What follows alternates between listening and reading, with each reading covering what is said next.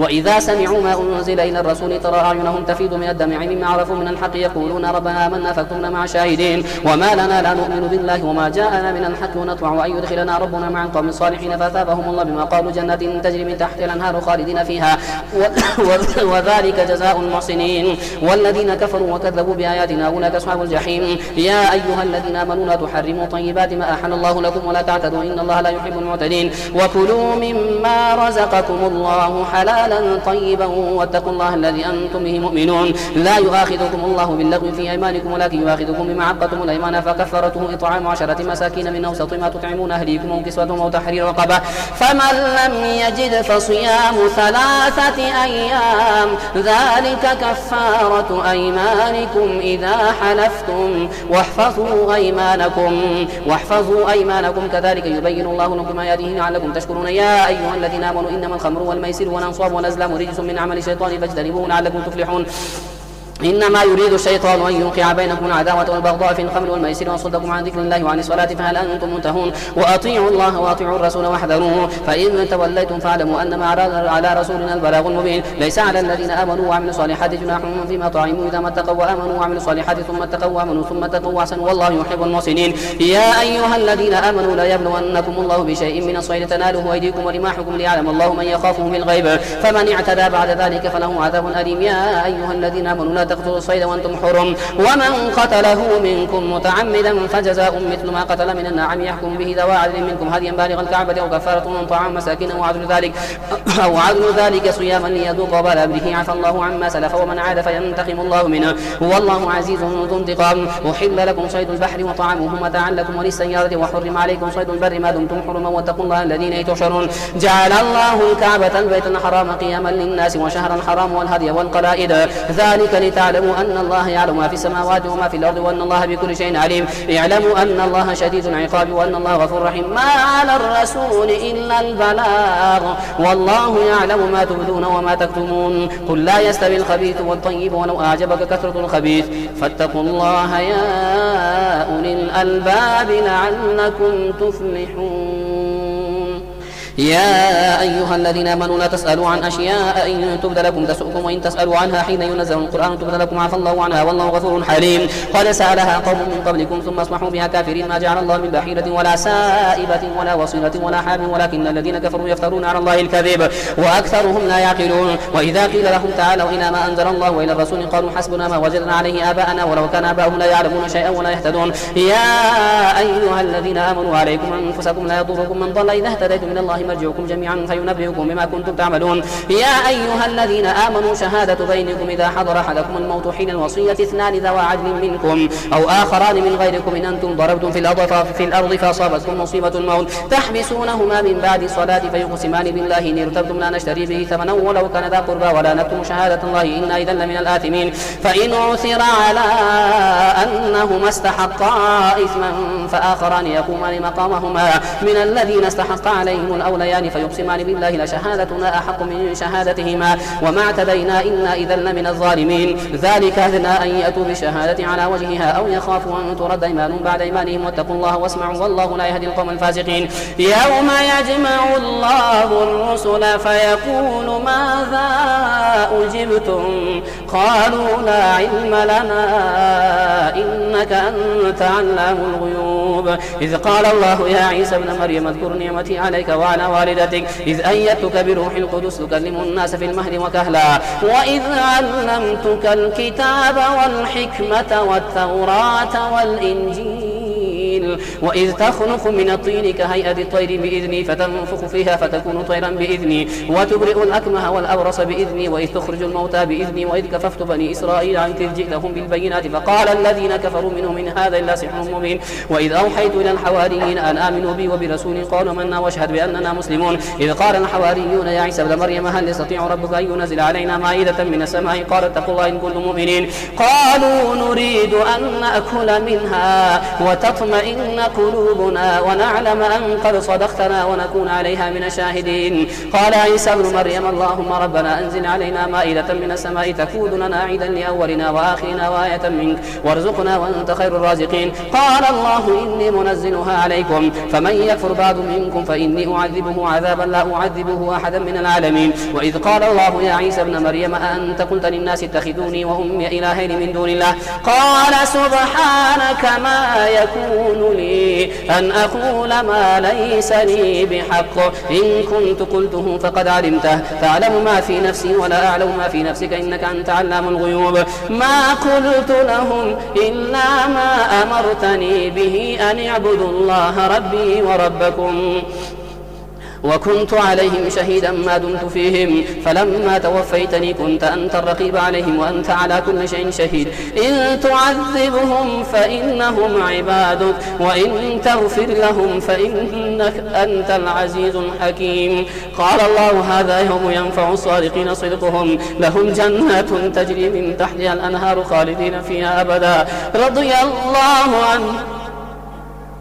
قال الله هذا يوم ينفع الصادقين صدقهم لهم جنات تجري من تحتها الأنهار خالدين فيها أبدا رضي الله عنهم ورضوا عنه ذلك الفوز العظيم. لله ملك السماوات والأرض وما فيهن وهو على كل شيء قدير. الحمد لله الذي خلق السماوات والأرض وجعل الظلمات والنور ثم الذين كفروا بربهم يعدلون هو الذي خلقكم من طين ثم قضى أجلا وأجل مسمى عنده ثم أنتم تمترون وهو الله في السماوات وفي الأرض يعلم سركم وجهركم ويعلم ما تكسبون وما تأتيهم من آيات ربهم إلا كانوا عنها معرضين. فقد كذبوا بالحق لما جاءهم فسوف يأتيهم أنباء ما كانوا به يستهزئون. ألم يروا كم أهلكنا من قبلهم من قرن مكناهم في الأرض ما لم نمكن لكم وأرسلنا السماء عليهم مدرارا وجعلنا الأنهار تجري من تحتهم فأهلكناهم بذنوبهم وانشأنا من بعدهم قرنا آخرين. ولو نزلنا عليك كتابا في قرطاس فلمسوه بأيديهم لقال الذين كفروا إن هذا إلا سحر مبين وقالوا لولا أنزل عليه ملك ولو أنزلنا ملكا لقضي الأمر ثم لا ينظرون ولو جعلناه ملكا لجعلناه رجلا وللبسنا عليهم ما يلبسون. ولقد استهزئ برسل من قبلك فحاق بالذين سخروا منهم ما كانوا به يستهزئون. قل سيروا في الأرض ثم انظروا كيف كان عاقبة المكذبين. قل لمن ما في السماوات والأرض قل لله كتب على نفسه الرحمة ليجمعنكم إلى يوم القيامة لا ريب فيه الذين خسروا أنفسهم فهم لا يؤمنون. وله ما سكن في الليل والنهار وهو السميع العليم. قل أغير الله يتخذ وليا فاطر السماوات والأرض وهو يطعم ولا يطعم. قل إني أمرت أن أكون أول من أسلم ولا تكونن من المشركين. قل إني أخاف إن عصيت ربي عذاب يوم عظيم. من يصرف عنه يومئذ فقد رحمه وذلك الفوز المبين. وإن يمسسك الله بضر فلا كاشف له إلا هو وإن يمسسك بخير فهو على كل شيء قدير وهو القاهر فوق عباده وهو الحكيم الخبير. قل أي شيء أكبر شهادة قل الله شهيد بيني وبينكم وأوحي إلي هذا القرآن لأنذركم به ومن بلغ أئنكم لتشهدون أن مع الله آلهة أخرى قل لا أشهد قل إنما هو إله واحد وإنني بريء مما تشركون. الذين آتيناهم الكتاب يعرفونه كما يعرفون أبناءهم الذين خسروا أنفسهم فهم لا يؤمنون. ومن أظلم ممن افترى على الله كذبا وكذب بآياته إنه لا يفلح الظالمون. ويوم نحشرهم جميعا ثم نقول للذين أشركوا أين شركاؤكم الذين كنتم تزعمون ثم لم تكن فتنتهم إلا أن قالوا والله ربنا ما كنا مشركين. انظر كيف كذبوا على أنفسهم وضل عنهم ما كانوا يفترون. ومنهم من يستمع إليك وجعلنا على قلوبهم أكنة أن يفقهوه وفي آذانهم وقرا وإن يروا كل آية لا يؤمنوا بها حتى إذا جاءوك يجادلونك يقول الذين كفروا إن هذا إلا أساطير الأولين وهم ينهون عنه وينأون عنه وإن يهلكون إلا أنفسهم وما يشعرون. ولو ترى إذ وقفوا على النار فقالوا يا ليتنا نرد ولا نكذب بآيات ربنا ونكون من المؤمنين بل بدا لهم ما كانوا يخفون من قبل ولو ردوا لعادوا لما نهوا عنه وإنهم لكاذبون. وقالوا إن هي إلا حياتنا الدنيا وما نحن بمبعوثين. ولو ترى إذ وقفوا على ربهم قال ليس هذا بالحق قالوا بلى وربنا قال فذوقوا العذاب بما كنتم تكفرون. قد خسر الذين كذبوا بلقاء الله حتى إذا جاءتهم الساعة بغتة قالوا قالوا يا حسرتنا على ما فرطنا فيها وهم يحملون أوزارهم على ظهورهم ألا ساء ما يزرون وما الحياة الدنيا إلا لهو ولعب وما الحياة الدنيا إلا لعب ولهو وللدار الآخرة خير للذين يتقون أفلا تعقلون قد نعلم إنه ليحزنك الذي يقولون فإنهم لا يكذبونك ولكن الظالمين بآيات الله يجحدون ولقد كذبت رسل من قبلك فصبروا على ما كذبوا وأوذوا حتى أتاهم نصرنا ولا مبدل لكلمات الله ولقد جاءك من نبأ المرسلين وإن كان كبر عليك إعراضهم فإن استطعت أن تبتغي نفقا في الأرض أو سلما في السماء فتأتيهم بآية ولو شاء الله لجمعهم على الهدى فلا تكونن من الجاهلين إنما يستجيب الذين يسمعون والموتى يبعثهم الله ثم إليه يرجعون وقالوا لولا نزل عليه آية من ربه قل إن الله قادر على أن ينزل آية ولكن أكثرهم لا يعلمون وما من دابة في الأرض ولا طائر يطير بجناحيه إلا أمم أمثالكم ما فرطنا في الكتاب من شيء ثم إلى ربهم يحشرون والذين كذبوا بآياتنا صم وبكم في الظلمات من يشاء الله يضلله ومن يشاء يجعله على صراط مستقيم قل أرأيتكم إن أتاكم عذاب الله وتتكم الساعة وغير الله تدعون إن كنتم صادقين بل إياه تدعون فيكشف ما تدعون إليه إن شاء وتنسون ما تشركون ولقد أرسلنا إلى من قبلك فأخذناهم بالبأساء والضراء لعلهم يتضرعون فلولا إذ جاءهم بأسنا تضرعوا ولكن قست قلوبهم وزين لهم الشيطان ما كانوا يعملون فلما نسوا ما ذكروا به فتحنا عليهم أبواب كل شيء حتى إذا فرحوا بما أوتوا أخذناهم بغتة فإذا هم مبلسون فقطع دابر القوم الذين ظلموا والحمد لله رب العالمين قل أرأيتم إن أخذ الله سمعكم وأبصاركم وختم على قلوبكم من إله غير الله يأتيكم به انظر كيف نصرف الآيات ثم هم يصرفون قل أرأيتكم إن أتاكم عذاب الله بغتة أو جهرة هل يهلك إلا القوم الظالمون وما نرسل المرسلين إلا مبشرين ومنذرين فمن آمن وأصلح فلا خوف عليهم ولا هم يحزنون والذين كذبوا بآياتنا يمسهم العذاب بما كانوا يفسقون قل لا أقول لكم عندي خزائن الله ولا أعلم الغيب ولا أقول لكم إني ملك إن أتبع إلا ما يوحى إلي قل هل يستوي الأعمى والبصير فلا تتفكرون وأنذر به الذين يخافون أن يحشروا إلى ربهم ليس لهم من دونه ولي ولا شفيع لعلهم يتقون ولا تطرد الذين يدعون ربهم بالغداة والعشي يريدون وجهه ما عليك من حسابهم من شيء وما من حسابك عليهم من شيء فتطردهم فتكون من الظالمين وكذلك فتنا بعضهم ببعض ليقولوا أهؤلاء من الله عليهم من بيننا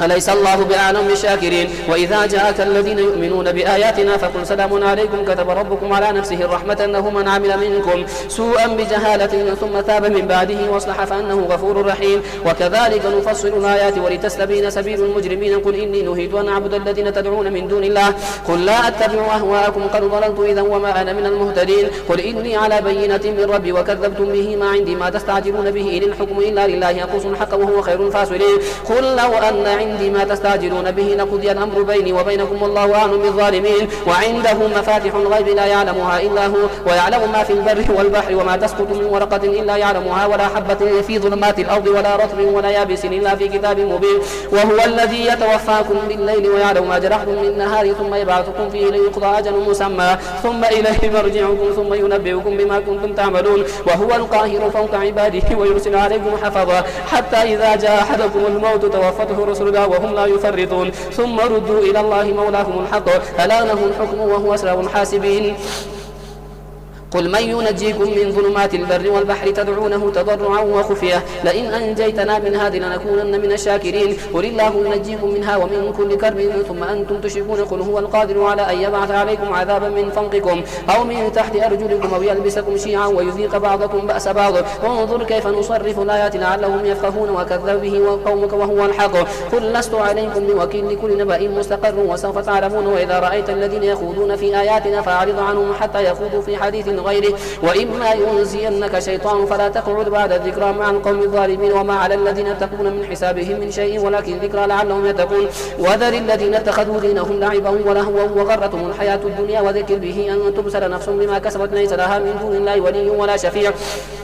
وإن تعدل كل عدل لا يؤخذ من هؤلاء الذين أرسلوا بما كسبوا لهم شراب من حميم وعذاب أليم بما كانوا يكفرون. قل أندعو من دون الله ما لا ينفعنا ولا يضرنا ونرد على أعقابنا بعد إذ هدانا الله كالذي استهوته الشياطين في الأرض حيران وأصحابه يدعونه إلى الهدى ائتنا. قل إن هدى الله هو الهدى وأمرنا لنسلم لرب العالمين وأن أقيموا الصلاة واتقوه وهو الذي إليه تحشرون وهو الذي خلق السماوات والأرض بالحق ويوم يقول كن فيكون قوله الحق وله الملك يوم ينفخ في السور عالم الغيب وشهادة وهو الحكيم الخبير. وإذ قال إبراهيم لأبيه آزر أتتخذ أصناما آلهة إني أراك وقومك في ضلال مبين. وكذلك نري إبراهيم ملكوت السماوات والأرض وليكون من الموقنين فلما جن عليه الليل رأى كوكبا قال هذا ربي فلما أفل قال لا أحب نافلين فلما رأى القمر بازغا قال هذا ربي فلما أفل قال لئن لم يهدني ربي لأكونن من القوم الضالين فلما رأى الشمس بازغة قال هذا ربي هذا أكبر فلما أفلت قال يا قوم إني بريء مما تشركون إني وجهت وجهي للذي فطر السماوات والأرض حنيفا وما أنا من المشركين. وحاجه قومه قال تحاجوني في الله